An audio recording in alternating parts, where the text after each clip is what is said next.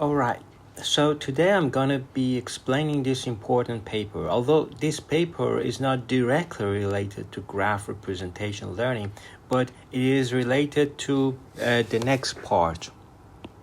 It is the background for the next part, part 199.2. So this iClear paper in 2022 by University of Amsterdam.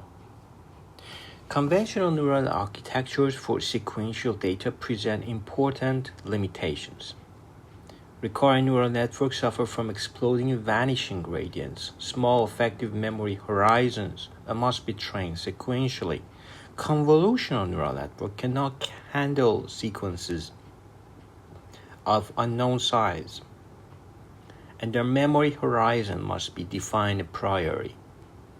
So we show that these problems can be solved by formulating the convolutional kernels of CNN as continuous functions.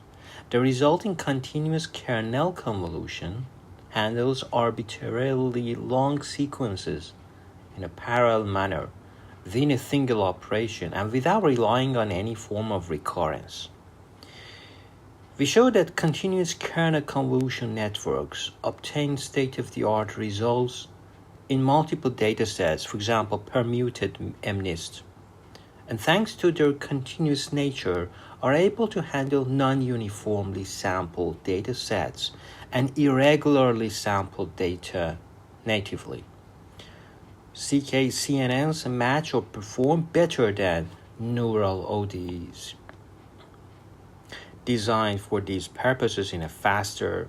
So they claim that this one is even faster and performs better than neural ODE. We know neural ODE has many problems, but this paper is interesting that they want to show that this can perform better.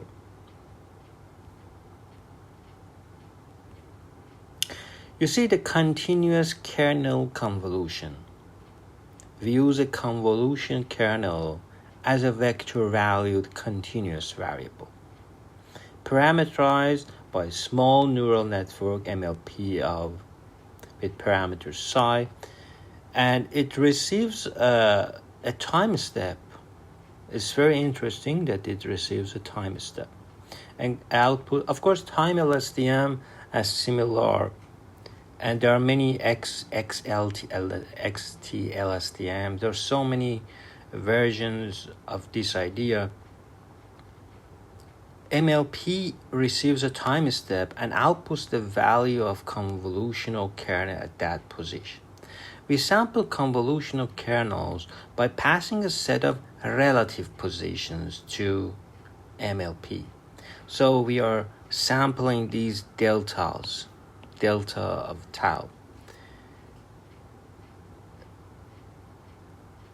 and perform convolution with the sampled kernel next. So since MLP is a continuous function, CKCONVs can construct arbitrary large kernels. So you see, depending on this delta tau that you give it, you have a different psi of delta tau. So it looks continuous. We observed that continuous kernel parameterization, previously used to handle irregular data locally, are not adequate to model long-term dependencies. This is due to inability of their kernels to model long spatial complex functions. Contrarily, CKCONVs perfectly describe long complex nonlinear non-smooth functions by parameterizing their kernels.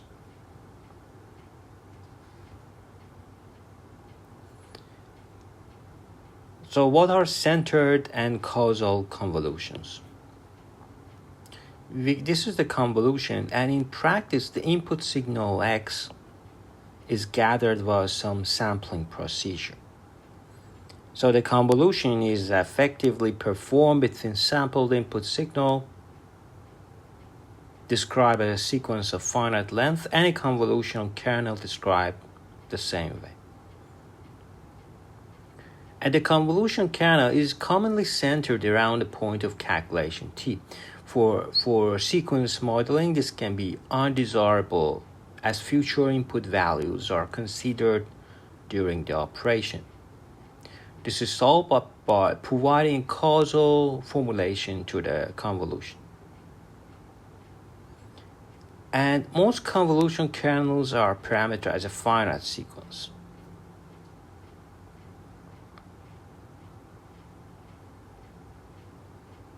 So this is a discrete centered causal, and you see even the dilated convolutions.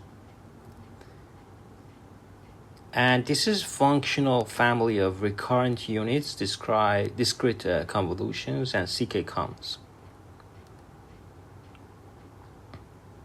So we formulate the convolutional kernel as a continuous. Because of this, it's a continuous vector valued function parameterized by a small neural network MLP.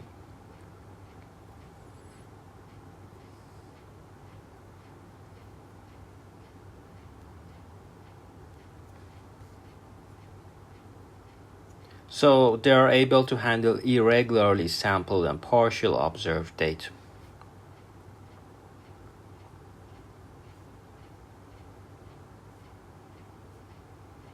So they did experiments on SMNIST, PMNIST, and SCFAR10.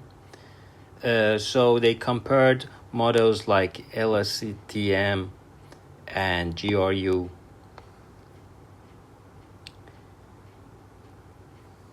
And in appendix, you see the recurrent unit and the things that you need.